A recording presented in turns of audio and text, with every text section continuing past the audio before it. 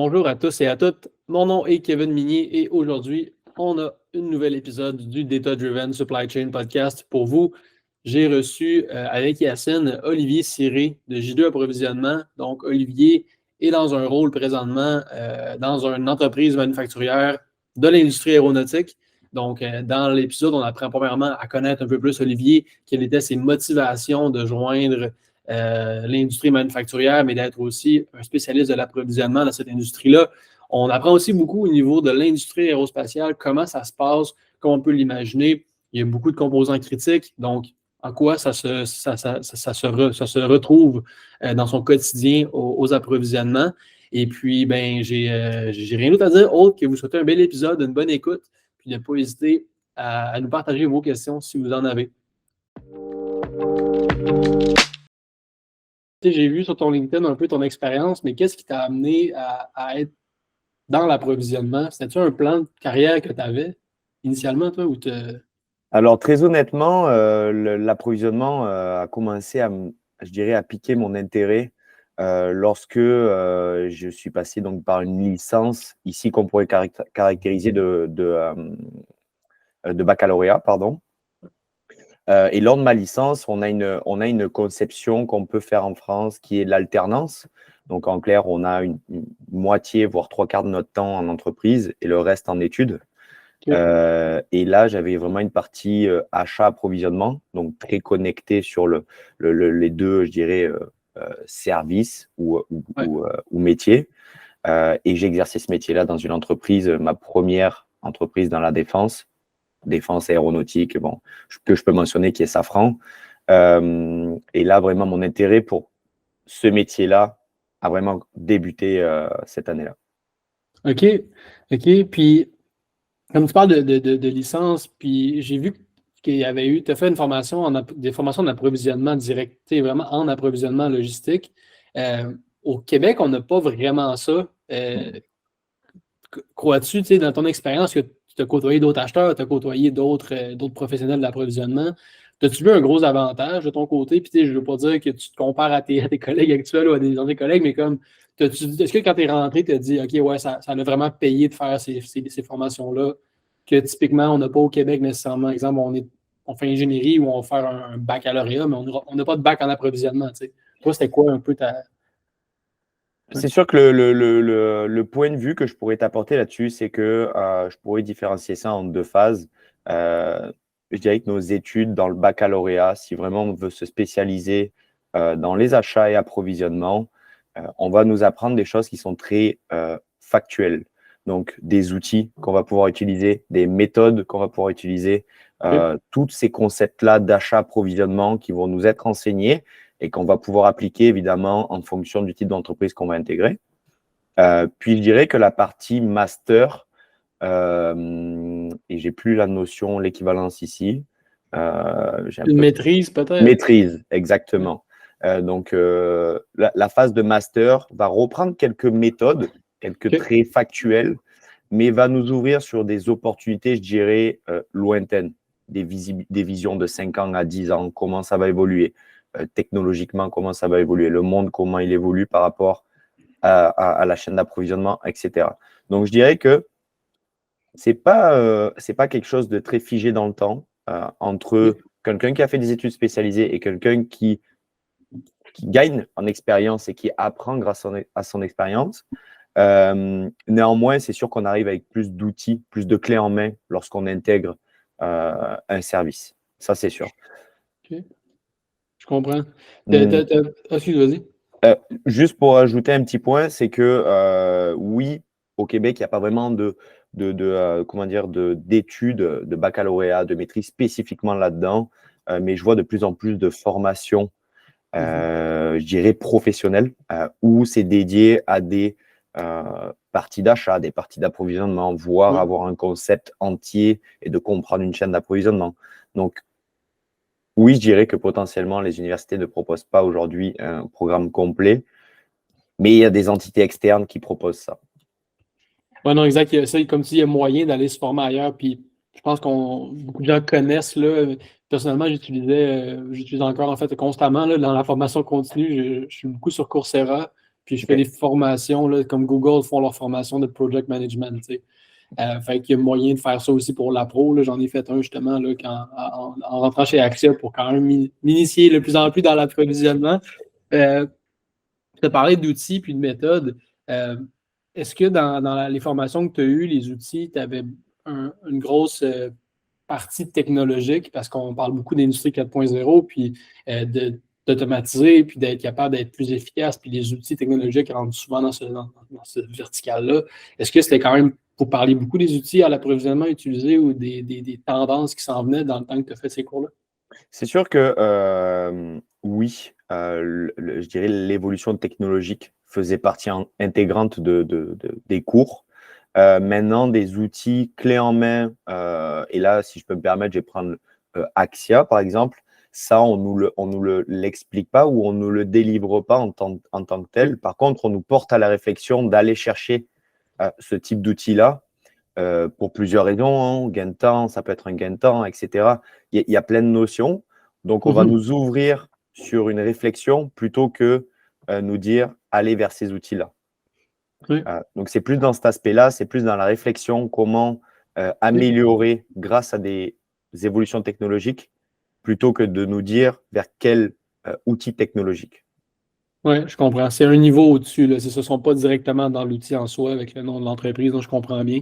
Mais il y avait quand même une partie, puis c'est un peu ça que je me demandais, parce que tu sais, quand on parle d'approvisionnement, on voit qu'on est.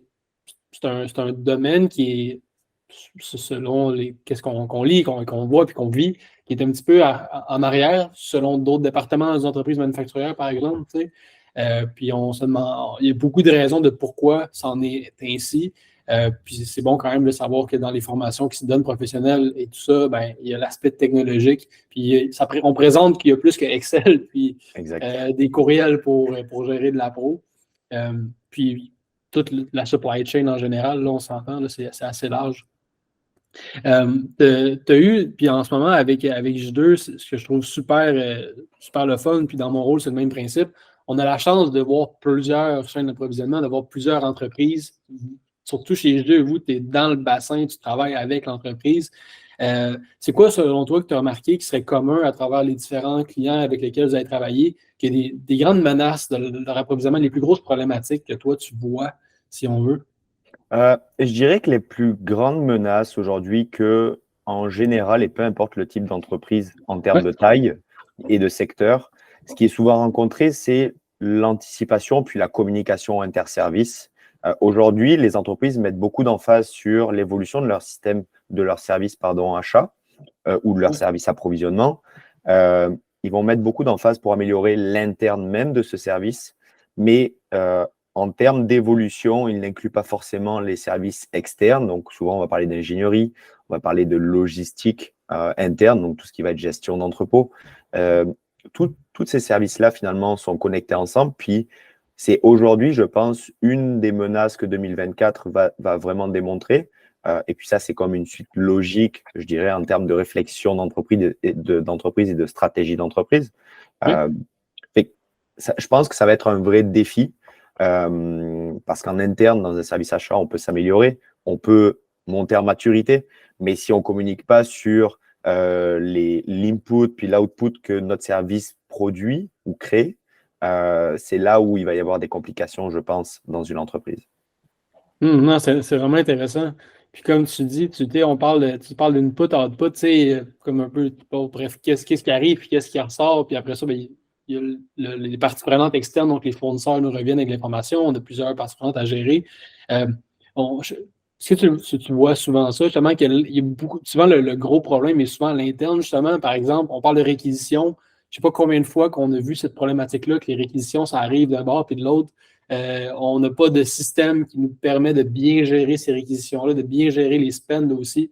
Puis on se ramasse que quelqu'un nous demande, ils ont un besoin qui apparaît, il nous dit ça à la cafétéria ou sur le coin d'une table.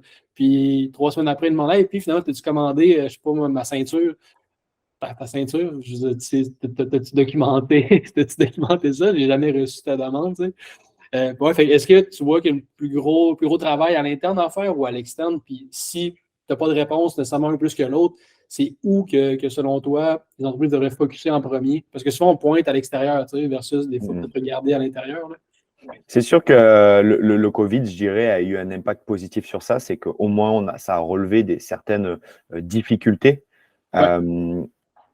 De mon expérience aujourd'hui, de ce que je peux dire entre l'externe et l'interne, aujourd'hui, on demande beaucoup à l'externe. Et là, à l'externe, je parle de fournisseurs.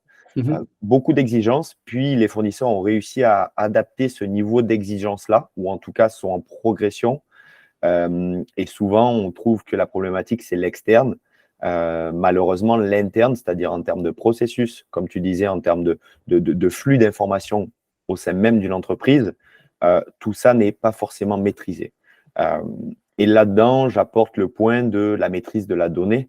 Lorsque on fait une réquisition, par exemple, la documentation, le flux d'infos, encore une fois, qu'est-ce qui arrive comme info, et puis qu'est-ce qu'on doit remonter comme info, puis qu'est-ce qu'on doit transmettre à qui, pourquoi et comment, via quel outil. Toutes ces questions-là ne sont pas forcément posées aujourd'hui.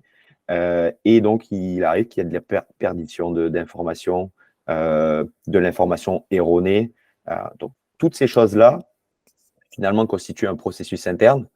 Et je reviens sur le point de l'évolution technologique qui permet au moins de contrôler tout ce flux d'informations-là. Oui, c'est ça. C'est vraiment des facteurs qui sont importants parce que, comme tu dis, on en demande beaucoup aux fournisseurs, puis c'est souvent comme là, vers ça qu'on se tourne quand on a une problématique, c'est aller voir le fournisseur. Puis des fois, c'est bon parce que les fournisseurs aussi, c'est des conseillers remarquables, ils peuvent nous aider dans tout plein de problématiques, ils peuvent nous sauver la vie en quelque sorte des fois. Pas directement, mais en tout cas, on comprend qu'est-ce que je faisais par là. Puis, c'est durant des. Je ne sais plus dans quel contexte on avait jasé de ça, mais la période COVID a eu aussi une certaine. Il y a eu un certain changement qui a eu lieu dans les chaînes d'approvisionnement. On connaît tous les problématiques là, qu'il y a eu dans la chaîne à cause de la COVID, mais aussi la perception puis l'importance accordée aux fournisseurs. On dirait que beaucoup d'entreprises se sont comme rendu compte que le fournisseur, c'est précieux, puis une relation, c'est précieuse, parce que là, les fournisseurs sont même pas capables de livrer parce qu'ils ont trop de demandes, fait qu'ils ont le droit de choisir un peu plus. Est-ce que c'est quelque chose que tu as remarqué, que tu as vécu? Puis comment tu as vu un peu cette transition-là de ton côté là, avec tes expériences? Mais c'est sûr que le premier point, c'est que les fournisseurs, pendant le Covid, ont souffert de par les moyens de transport, par exemple. C'est sûr que si on parle interne Québec, il y avait moins de problématiques, mais si on parle à l'échelle mondiale, il y a eu des problématiques de transport, eux-mêmes d'approvisionnement de matière, donc beaucoup de problématiques pour sécuriser les clients. Ouais. Et puis les fournisseurs ont été très réactifs dans ce sens-là. Et je pense les plus réactifs pour les fournisseurs je dirais de gros donneurs d'ordre en contractualisant, donc en obtenant de la prévision pour qu'eux puissent se retourner. Donc, ils ont quand même anticipé, je dirais, l'après-Covid, ce qui a permis d'avoir une relation, je dirais, aujourd'hui 2023, qui est assez flexible de leur part, même s'il existe encore des problématiques. Mais vraiment, ils ont eu une agilité à se retourner face à cette situation après Covid. Et aujourd'hui, très honnêtement, de par l'expérience que je peux avoir après Covid, très honnêtement, les fournisseurs sont très, très, très à même de pouvoir répondre à beaucoup de demandes de la part des entreprises. Donc ça, c'est quelque chose qui est très, très, très positif. D'autant plus que, et là, je vais prendre les fournisseurs québécois, grandissent aussi avec les grands donneurs d'ordre. Donc ça, c'est vraiment un bon point. Arrivent à s'investir dans des gros projets. Donc, c'est un peu aussi un modèle qui a changé. On sait que l'Asie a été à un moment donné comment dire, le bassin même de beaucoup de donneurs d'ordre, bassin même de fournisseurs. Et puis petit à petit, on est en train de se tourner vers un marché plutôt local. Et ça évolue plutôt bien et de manière très positive pour les fournisseurs qui arrivent à trouver beaucoup de projets, beaucoup de clients. Donc, c'est vraiment positif. Oui, non, c'est bon. On dirait on dirait en fait, c'est les fournisseurs, en quelque sorte, c'est un peu une extension de l'entreprise. Eux, ils ont plusieurs clients, mais dans tous leurs clients, ils se donnent une partie d'expertise à leurs clients. Puis comme tu dis, quand les entreprises les entreprises croient avec un donneur d'ordre, ben, tout le monde est gagnant au final. Le fournisseur grandit, plus de capacité, plus de revenus, plus acheter une nouvelle machine, peut combler plus de capacité, plus de projets, bref.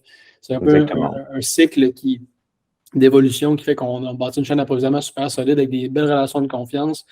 Je suis curieux un peu de savoir de ton côté, parce que dans ton rôle présentement avec G2, tu rentres dans une nouvelle entreprise, comment ça se passe intégrer une nouvelle équipe? Un peu cette dynamique-là. On voit comment dire, dans quelques entreprises au Québec qui vont faire l'allocation de main-d'œuvre, puis on a des clients, des donneurs d'ordre qui ont des départements complets d'approvisionnement qui sont loués, si on veut. C'est quoi un peu ton expérience à toi d'intégrer des nouvelles entreprises comme ça? C'est sûr que c'est un nouveau défi à chaque fois. La première chose, c'est vraiment de comprendre l'atmosphère dans laquelle on rentre. Quand je parle d'atmosphère, c'est de connaître la taille de l'entreprise, de connaître aussi la taille du service achat. Si on parle d'un Airbus typiquement, puis qu'on parle d'une PME québécoise, on ne parle pas du même service achat. Donc non plus pas les mêmes tâches, pas les mêmes missions, les mêmes problématiques. Donc c'est de comprendre un peu l'environnement dans lequel on va rentrer. Ouais. Je dirais que l'une des grandes capacités qu'il faut avoir, c'est de l'agilité à pouvoir s'intégrer au sein de n'importe quelle équipe. Jusqu'à présent, ça n'a jamais été un défi. Je dirais que les gens sont quand même assez ouverts, puis ils nous voient un peu comme de l'aide, de la bonne aide qu'on intègre leur équipe. Donc, c'est souvent là où on rencontre des gens, puis ils nous parlent de tous leurs problèmes, et puis ils pensent qu'on va régler tous les problèmes du service achat. Fait que c'est vraiment une bonne expérience dans ce sens-là. Mais c'est sûr qu'il y a un temps d'adaptation qu'il faut reconnaître. On peut arriver avec plein de bonnes intentions, puis finalement comprendre, lorsqu'on comprend la réalité je dirais, du service achat ou service approvisionnement, c'est là où certains points qu'on avait imaginés, je dirais, améliorables, vont peut-être pas l'être ou vont pas être les priorités de la stratégie d'entreprise. Donc, je dirais à chaque entreprise a ses difficultés, a sa manière d'être intégrée. Mais c'est pas mal ça. Puis assez simple, surtout au Québec, de pouvoir intégrer les entreprises. Les gens sont vraiment, comment dire, agréables. Écoute, c'est gentil. Je vais prendre le compliment qu'on est québécois. Non, mais blague à part. Est-ce que tu vois des différences, mettons, je peux imaginer qu'il y a plusieurs entreprises. On prend l'exemple que tu as dit tantôt un peu, on prend Airbus, un gros donneur d'ordre international, puis une PME. Parfois, il peut y avoir on peut s'imaginer du moins des degrés de numérisation, des degrés de technologie qui peuvent différer. Fait que ma question est de savoir, entre une entreprise qui a beaucoup de tech, qui a beaucoup d'outils pour aider les équipes d'appro, puis une entreprise qui n'en a pas, est-ce que ça fait une grosse différence pour l'acheteur qui rentre dans l'entreprise? Est-ce qu'il y a un gros gap à combler? À ton expérience, peut-être tu es toujours rentré dans des contextes super développés ou à l'inverse, pas trop développés niveau tech, mais c'est quoi un peu ta vision de ça, ton expérience? Je dirais que là, j'ai vraiment connu, par exemple, une startup qui veut créer son service achat, puis qui ne sait pas par où commencer, donc il n'a pas forcément d'outils ni de processus. Donc, on commence avec des feuilles Excel, par exemple, jusqu'à une entreprise qui a vraiment un outil ou plusieurs outils connectés qui permet finalement de contrôler sa chaîne d'approvisionnement sans forcément avoir besoin de intervention manuelle, donc d'un humain, dans vraiment l'opérationnel, par exemple, d'un passage de PO. Et je dirais que oui, forcément, c'est plus agréable dans un environnement technologique. En tout cas, si on peut parler d'un environnement plus technologique que d'autres. C'est plus agréable, mais il n'empêche que les difficultés restent les mêmes. Lorsqu'on va, par exemple, je parlais d'une startup, commencer à travailler dans un processus achat, etc., de rentrer vraiment dans un processus opérationnel, forcément que notre carnet fournisseur est moins grand, donc la gestion est moins grande du panel fournisseur, le nombre de PO va être moins grand, etc., etc. Je pense que l'évolution technologique ne vient pas forcément ou ne doit pas forcément exister dans une entreprise. Néanmoins, suivant tes difficultés que tu auras pu remarquer, c'est là où il faut songer versus l'intervention humaine versus l'évolution technologique que tu veux apporter. Quel est ton gain dans ce modèle-là? Oui, OK, c'est excellent. C'est ça, comme dans le fond, tu n'automatises pas ou tu ne mets pas de texte s'il n'y a pas de texte. Tu sais, s'il n'y a pas de texte à avoir, s'il n'y a pas de gain à faire, puis ouais, c'est excellent. Puis clairement qu'il y a il y a beaucoup d'implantations, je pense, ou de mise en service de logiciels qui plantent pas parce que l'équipe n'est pas bonne ou ils n'ont pas compris comment l'utiliser. C'est juste que c'est pas nécessaire, donc personne Exact, l'utilise. exact. C'est plus vite de ne pas le prendre. Fait que, puis, euh, est-ce que, selon toi, on parle souvent processus, après ça, on va parler, en fait, on va voir le personnel, les processus, la technologie. Euh, un peu pour rajouter à ton dernier point, euh, typiquement, on veut s'assurer d'avoir les bonnes personnes, d'avoir des bons processus, puis après ça, voir est-ce qu'il y a une technologie qui peut faire du sens. Mais est-ce que tu as vu, quand on parle de- en fait, d'analyse, puis on veut faire un assessment de notre chaîne d'approvisionnement, on va souvent voir d'y aller par vertical, puis on va souvent analyser bon, les personnes qu'on a, est-ce qu'on a les bonnes personnes dans les bons rôles, est-ce qu'on a les bons processus en place, est-ce qu'on a la bonne technologie, est-ce qu'on a besoin de technologie. De ton côté, est-ce que tu crois que c'est des notions qui sont assez bien comprises dans les entreprises? Souvent, on se rend compte de notre côté que des fois, les gens vont vers la tech, mais finalement, ils n'ont peut-être juste pas les bonnes personnes ou ils ont peut-être besoin d'une personne de plus versus de la tech parce que c'est pas toujours un match parfait. Tu sais. Toi, ça ressemble à quoi ta vision de ça? C'est sûr que en termes je dirais d'analyse de projet, aujourd'hui, on va souvent, ou très peu, je dirais même si on part dans l'autre sens, très peu mesurer le projet. Dans le sens Mhm. que on va trouver une problématique à un certain moment de notre processus ou à un certain moment de notre phase dans l'approvisionnement. Puis on va constater un peu de manière, je dirais, comme on dit, au doigt levé. Puis après ce problème-là, on va essayer de trouver une solution. Souvent, on trouve une solution pour pallier un problème et non Ouais. pas résoudre le problème. Donc, c'est là où je pense qu'une analyse dans un projet et surtout dans une évolution technologique, euh, elle est vraiment importante. Souvent, je parle, quand j'intègre une entreprise, quand on me propose un projet, ça paraît aberrant, mais je dis qu'un tiers de mon projet, c'est de l'analyse du besoin réel. Quel est ton problème? Mhm. Puis dans ce problème-là, je vais vraiment pointer du doigt où il y a un problème, puis comment résoudre ce problème. Et ce n'est pas forcément en allant acheter quelque chose, en allant trouver une évolution technologique, en disant que telle personne ne fait pas son job. C'est souvent, en fait, finalement, je reviens sur ça, du flux, de la gestion de flux, de la maîtrise de données, de la gestion de données. Donc, c'est vraiment, si je peux conclure sur ce point, c'est vraiment de vraiment préparer son analyse, son besoin, et de connaître la réalité du problème. Plein d'outils existent.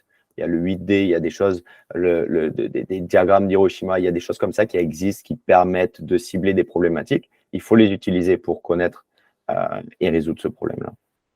Mhm. Je me sais qui la quote qui dit si j'avais 5 heures pour régler un problème, j'en passerais 4 à comprendre Exact, puis une à le résoudre. Là. C'est exact. Einstein, je pense. C'est Einstein, hein? Ça fait du sens. Ça fait du sens que ce soit lui. Tu sais, on a beaucoup il y a beaucoup d'articles, il y a beaucoup de dires qui viennent parler un peu de la valorisation du rôle du service achat, le rôle d'un acheteur. Euh, Est-ce que tu as vu, toi, est-ce que tu sens, en fait, premièrement, peut-être de ta propre perspective, sens-tu que tu es bien valorisé dans ton rôle, dans tes expériences que tu as eues? Puis est-ce que tu crois qu'il y a de l'amélioration encore à faire à travers les cultures d'entreprise en général? C'est sûr que la considération des acheteurs a réellement augmenté. Ça, c'est indéniable, indépendamment de quelle partie géographique dans le monde on parle. Ouais. Mais si je peux parler vraiment au Canada ou en tout cas Amérique du Nord, ça a vraiment pris une place à part entière dans une entreprise, intégrée aux stratégies d'entreprise de plus en plus. Donc ça, c'est vraiment un bon point. Euh, c'est sûr qu'aujourd'hui, si je parle plus je dirais, géographiquement du Québec, aujourd'hui, c'est vraiment la priorité des entreprises. On le voit, c'est un peu le cœur du sujet de toute discussion au sein des entreprises. Aujourd'hui, on ne parle plus ou en tout cas beaucoup moins de vente, d'ingénierie. Le cœur du problème reste les achats, puis il faut le résoudre. Néanmoins, on n'est pas encore dans l'optimisation qui peut se faire au sein d'un service achat. Mhm. Quand je parle d'éco-conception, où on intègre les acheteurs pour aller chercher des fournisseurs qui permettent de faire de la conception de pièces de manière éco, tout ce qui va être la recherche de responsabilité sur le développement durable, donc social, sociétal, etc., écologique. Donc, tous ces aspects-là ne sont pas encore forcément intégrés. C'est une suite logique. C'est là où il faut suivre d'autres, je dirais, pays ou même continents où ils ont déjà évolué dans ce style-là. Donc, ils ont commencé par cette phase où on prend en considération un service achat, on le fait évoluer, puis on se rend compte que finalement, le service achat a encore plus comment dire, de levier pour créer de la valeur. Mais ça reste une suite logique. Et je n'en doute pas que d'ici 2025, on arrive dans ce genre de discussion au sein des entreprises québécoises. C'est intéressant. C'est un peu là avec le. Tu savais qu'il y a comme un manque de littératie là, aussi par rapport aux approvisionnements. Puis de plus en plus, on voit que les gens parlent de ça, puis parlent aussi de qu'est-ce qui est possible de faire. Pourquoi ton département d'achat existe? Il n'y a pas juste passer des PO. Tu sais. Il y a beaucoup plus qu'ils peuvent faire. Ces gens-là sont connectés avec l'ensemble de l'entreprise. Vraiment, tous les départements touchent aux achats. Puis sont connectés aussi à l'externe. Donc, les fournisseurs, bref, les parties prenantes hors de l'entreprise. Donc, il y a beaucoup de. C'est des ressources qui peuvent être utilisées à beaucoup plus que juste passer des PO comme certaines entreprises font encore. Donc, je pense que d'avoir les managements et les gens, les exécutifs à la tête d'entreprise, de bien comprendre qu'est-ce qui est possible, d'aller chercher avec un département d'appro qui est de la grosse valeur ajoutée, ça va faire une belle différence. Là. Puis c'est de se renseigner, puis d'être au courant, puis de parler, puis de faire des podcasts pour partager l'expertise, puis l'expérience, puis qu'est-ce qui est possible de faire. C'est exactement ça. Puis, il y a vraiment, et je reviens sur ton point d'interne, externe, c'est vraiment les acheteurs qui permettent de connecter l'écosystème de leur entreprise, puis de l'étendre sur ce qu'on appelle un fournisseur de rang 1, de rang 2, de rang 3. Et finalement, c'est vraiment un processus qui est end-to-end. Ça veut dire que le petit fabricant de matières premières, etc., qui, je ne sais pas moi, en Amérique du Sud, par exemple, qui revend cette matière-là en Europe, puis qui est achetée par un donneur d'ordre au Québec, ben, finalement, c'est de connecter cet environnement-là, de connaître, de capitaliser cette information-là sur l'écosystème entier et d'avoir son impact sur tout cet écosystème pour pouvoir le transmettre à son entreprise même et à la finalité à son client. C'est ce qu'on appelle aujourd'hui le end-to-end. Puis ça, aujourd'hui, dans le monde entier, on commence à virer vraiment dans cette réflexion-là. Vraiment, vraiment, vraiment intéressant. Y a-tu des, tu sais, à tous les égards, puis si on focus sur le côté aérospatial, tu as une belle expérience à ce niveau-là. Y a-tu des éléments clés? Parce que c'est un milieu qui est très complexe, on va se dire, là, vous bâtissez c'est des avions qui transportent des gens, c'est extrêmement critique.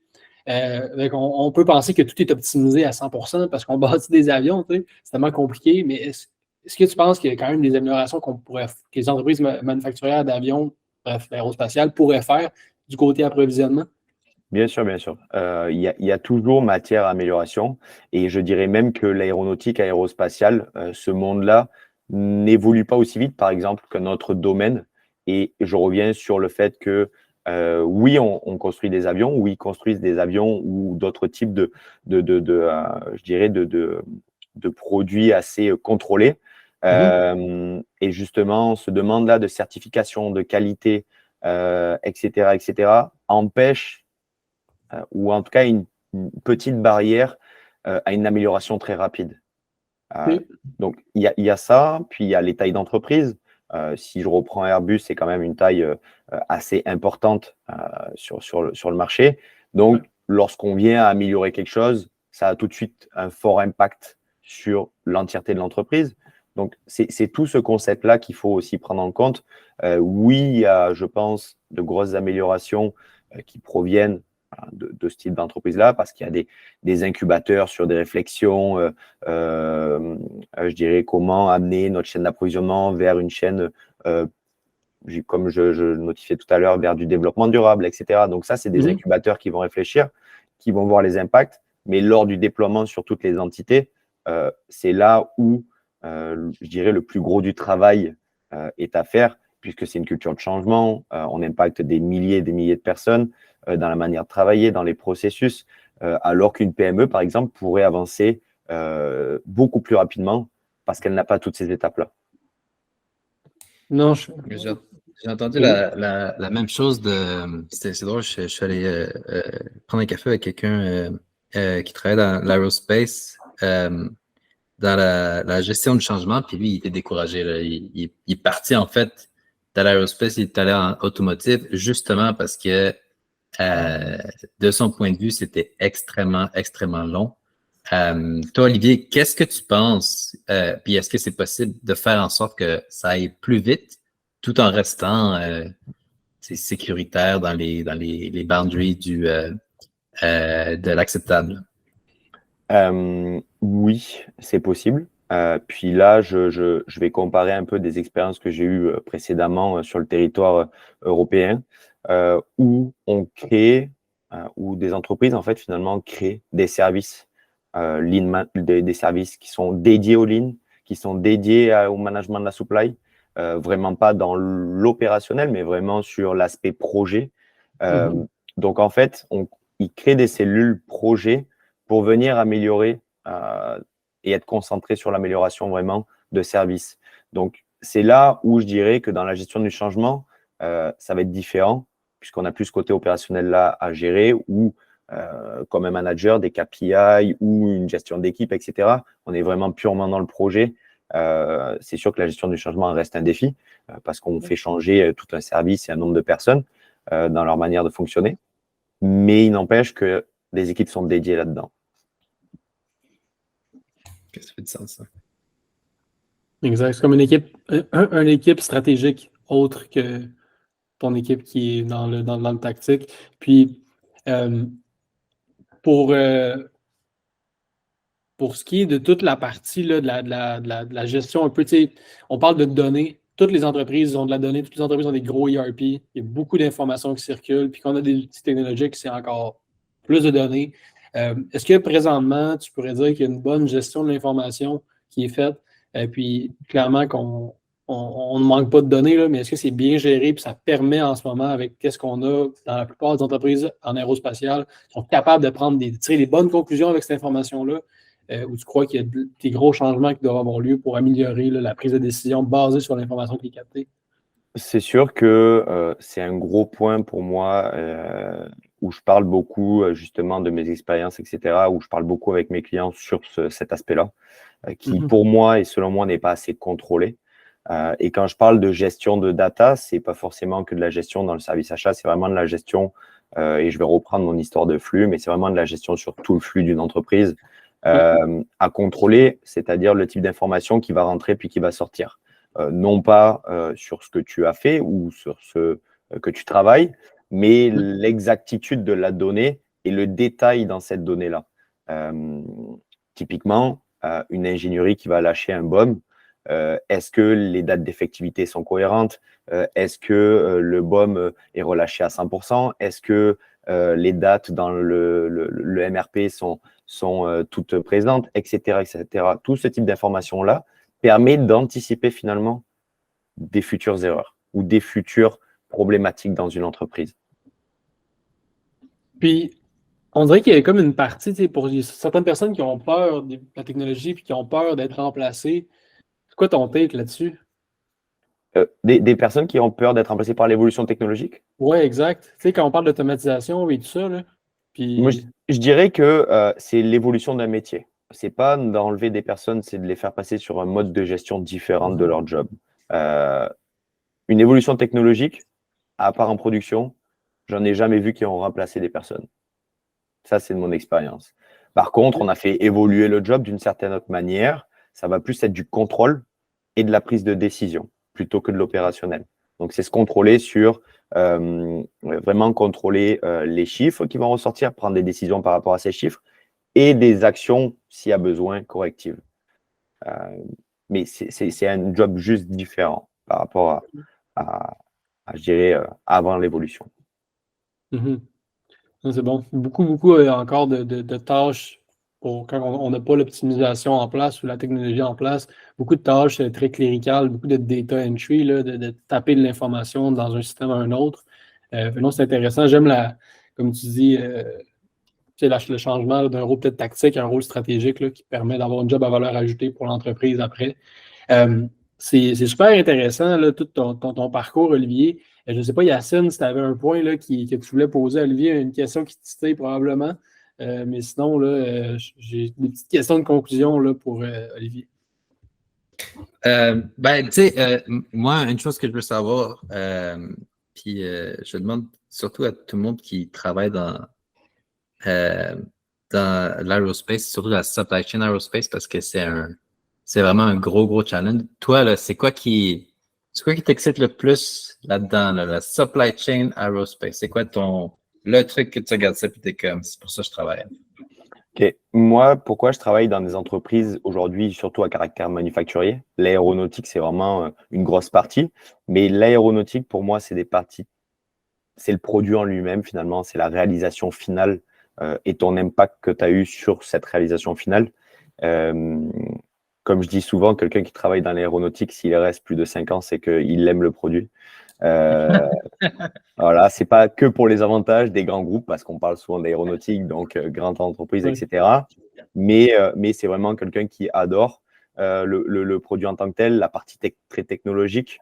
Moi, je dirais que vraiment, ce qui m'attire dans la supply chain vraiment de l'aérospace, c'est vraiment toute la phase d'amélioration. Et quand je parle d'amélioration, c'est toute la phase d'analyse. Ils ont quand même une marge de manœuvre qui est plus importante typiquement qu'une PME. Dans le sens, quand je parle marge de manœuvre, c'est des budgets, des solutions qu'on peut apporter qui vont pouvoir être approuvées. Donc, c'est plutôt cette marge de manœuvre-là que j'aime. Si je peux parler d'une expérience que j'ai eue en France dans le domaine de la défense, ça a été d'automatiser complètement un portefeuille avec une intervention d'SAP, etc., etc. Donc, ils ont des moyens autres que d'autres, je dirais, secteurs n'emploieraient pas. Donc, c'est vraiment l'aspect produit puis l'aspect moyen mis en œuvre. Intéressant. C'est bon parce que si le produit, j'aime ton point, là, si le produit fini ne t'intéresse pas, tu ne feras pas plus que 5 ans, là, mais Exact. en effet. Puis dans le fond, j'imagine, est-ce que dans le fond, c'est l'avion au final de travailler à réaliser directement des engins volants, si on peut les appeler comme ça, là, pas juste des avions, j'imagine. Tu travaillerais sûrement pour une compagnie qui ferait des fusées, puis ça serait aussi excitant, là, à moins que je me trompe. Oui, j'ai eu une expérience aussi sur l'aérospatiale, donc c'est aussi excitant, voire plus excitant, puisque là, ces engins volants, comme tu les as appelés, s'en vont plus haut que les avions. Ah non, exact. Moi, j'avais des petites questions là, pour toi, assez rapides, là, des petites conclusions. Vraiment, mais aussi, merci d'avoir pris le temps. Là, super, tu as un super de beau savoir, tu as une belle expérience, puis c'est tous des points hyper pertinents que tu as partagés. Je voulais savoir un peu dans la même lignée qu'est-ce qu'il essaie de poser, mais c'est qu'est-ce qui t'excite dans ta vie en général, que ce soit professionnel ou personnel, si tu veux le partager, mais quelque chose qui t'excite vraiment, qui s'en vient, si tu veux en partager, là, évidemment. Là. Mais, très honnêtement, c'est ce qui m'intéresse et c'est pour ça qu'aujourd'hui j'évolue dans ce modèle, je dirais, avec J2. C'est vraiment le défi. Le défi, quand on me pose un défi sur de l'amélioration. Donc, c'est vraiment d'arriver puis de constater quelque chose, de se creuser la tête, de monter un projet, de savoir à qui on a affaire aussi, puisque chaque humain est différent dans la perception d'un projet, dans son implication, etc. Donc, c'est tout ce monde-là du défi finalement qui, au niveau professionnel, qui m'attire. Et dans la vie personnelle, c'est la même chose, mais ça va plus être côté sport, je dirais, ce qui ressemblerait un peu. Dans tout ce que je fais, je veux être pas le meilleur, mais avoir un bon niveau. Fait que c'est vraiment ce défi-là, tout ce qui va être, par exemple, mes côtés aussi personnels, le hiking, etc.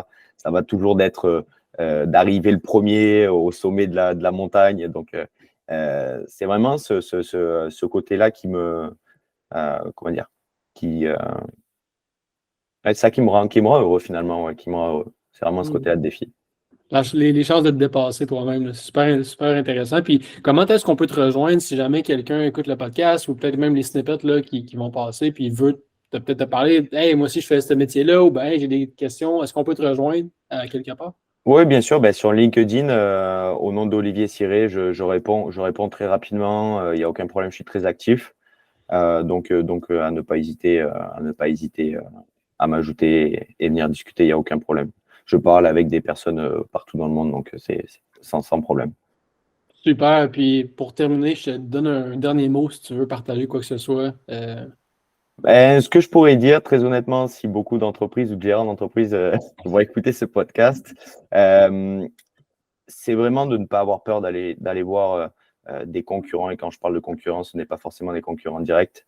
Ça va être potentiellement le même secteur, la même taille d'entreprise, dans un autre secteur complètement différent.